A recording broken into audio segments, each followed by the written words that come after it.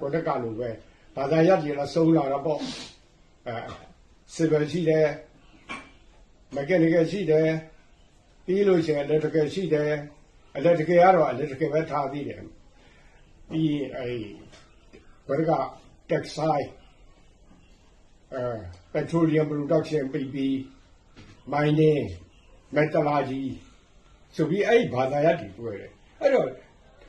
တခါဘာရှိသေးလဲဆိုတော့ကားနဲ့ပတ်သက်တဲ့တခါရှိလိုက်တယ်ဒီမှာနောက်ပိုင်းကျမှလာဒီဥစ္စာချုပ်လိုက်တယ်အဲ့ဒါပြီးတော့နောက်တစ်ခါ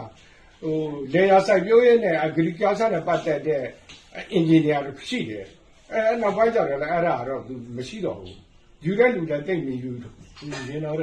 အနေချမျိုးလဲဆိုတော့မရှိတော့ဘူးအဲ့လိုပေါ့နော်ဒါဘာသာရပ်တွေကအဲ့လိုဖြစ်လာတယ်တခါနောက်ပိုင်းကြပြန်တဲ့အခါကျတော့မှဒီ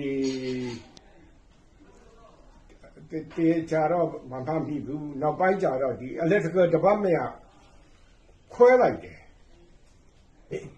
electronic နဲ့ electrical power ဆိုပြီးခွဲပြီးတင်လိုက်တော့တယ်ပေါ့နော်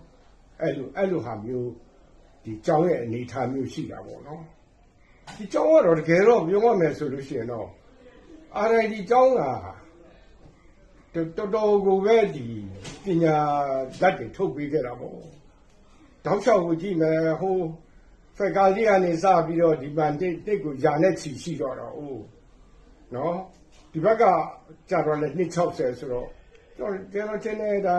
တောင်းကနန်းလောက်ကိုရှိတဲ့ engineer တွေမျိုးစုံကိုထုတ်ပေးတယ်ဒီ engineer တွေကလည်း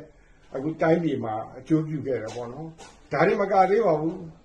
engineer တွေကလည်းကမ္ဘာလုံးကိုအခုတော့ပြနေပါပြီအဲ့တော့ဒီ RIT ရဲ့ဂုဏ်သတင်းကတော့တော်တော်လေးကြီးပါတယ်ပြီးတော့အစင်အတန်းအနေနဲ့ဒီအရေး